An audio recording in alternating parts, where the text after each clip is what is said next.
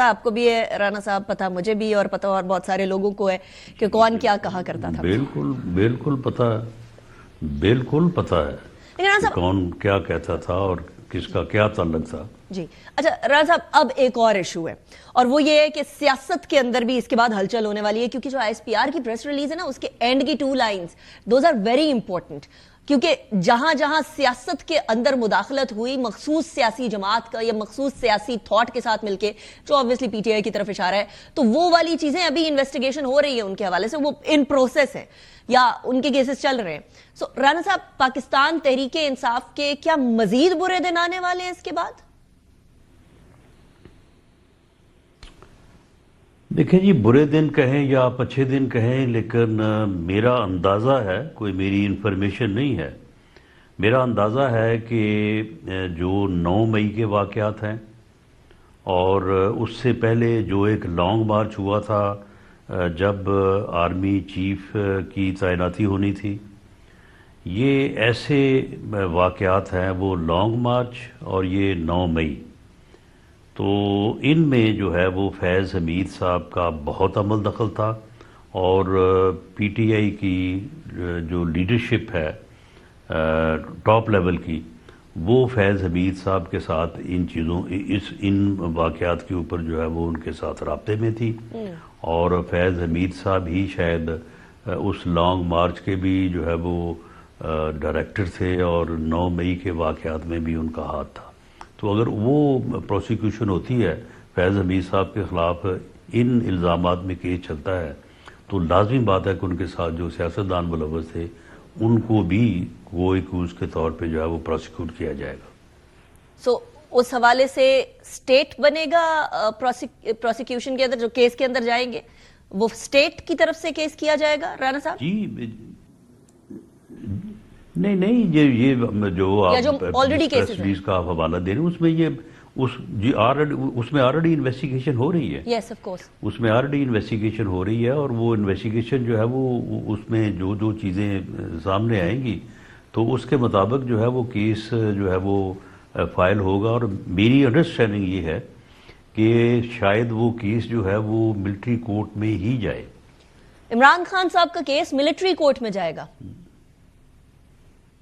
جی، یہ کیس جس کی میں بات کر رہا ہوں، 9 مئی والی، اور فیض حمید صاحب کا یہ کیس، جی فیض حمید صاحب کا یہ کیس کہ وہ پولیٹیکلی وہ ایسے حالات پیدا کرنے میں جو ہے وہ ملوث تھے کہ جو ملک میں انارکی پھیلائیں، ملک میں جو ہے وہ افراتفری پھیلائیں، ڈی سٹیبل کریں ملک کو، اور آرمی کو ڈیوائیڈ کریں.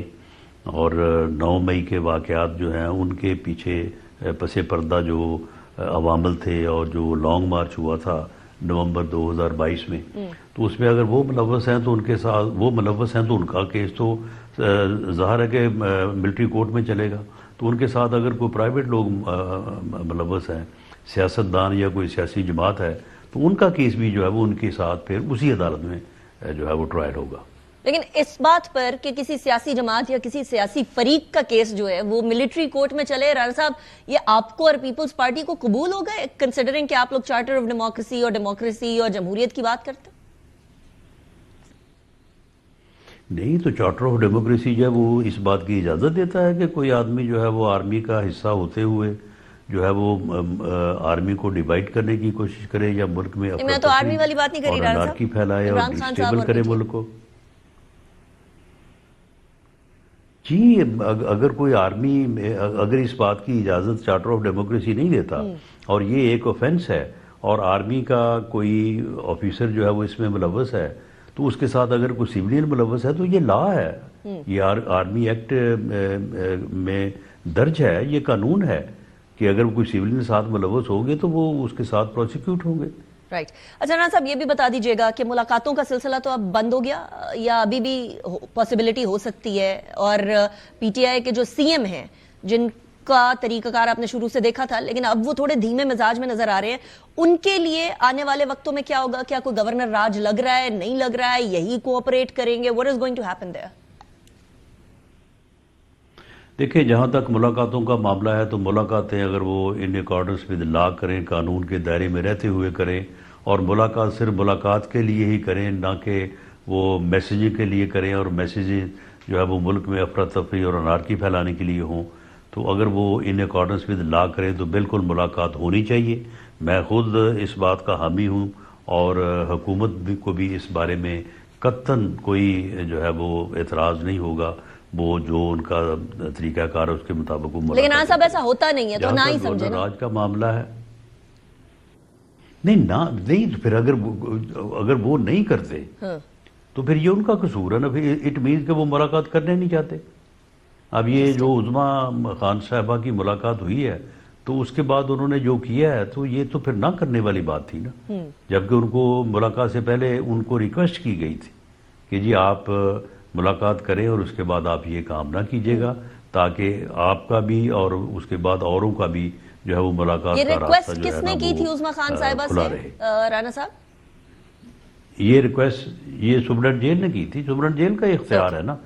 دیکھیں معاملہ یہ ہے کہ جس مرضی لیول کے اوپر جو ہے وہ کسی چیز کا نوٹس لیا جائے، لیکن بہرحال اتھارٹی تو ایک وہ ہوتی ہے نا جس کا قانون میں اور رولز میں درج ہے کہ یہ اس کا اختیار ہے. رائٹ. یہ اختیار جو ہے یہ تو سپرنٹینڈنٹ جیل کا ہے. رائٹ.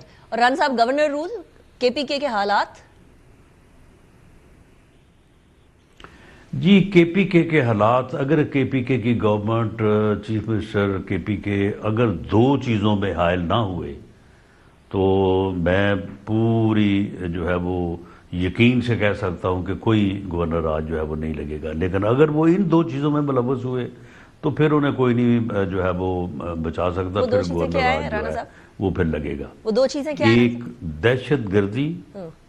دہشت گردی سے متعلق جو فیڈرل گورنمنٹ کی اور فوج کی پالیسی ہے اس میں وہ حائل نہ ہوں، اور دوسرا یہ ہے کہ وہ کسی صورت بھی جو افغانستان سے متعلق یا افغانستان کے لوگوں کی جو کہ دہشت گردی میں ملوث ہیں ان کے متعلق جو پالیسی ہے فیڈرل گورنمنٹ کی کہ ان کو واپس بھیجا جائے، اس میں وہ رکاوٹ نہ ڈالے.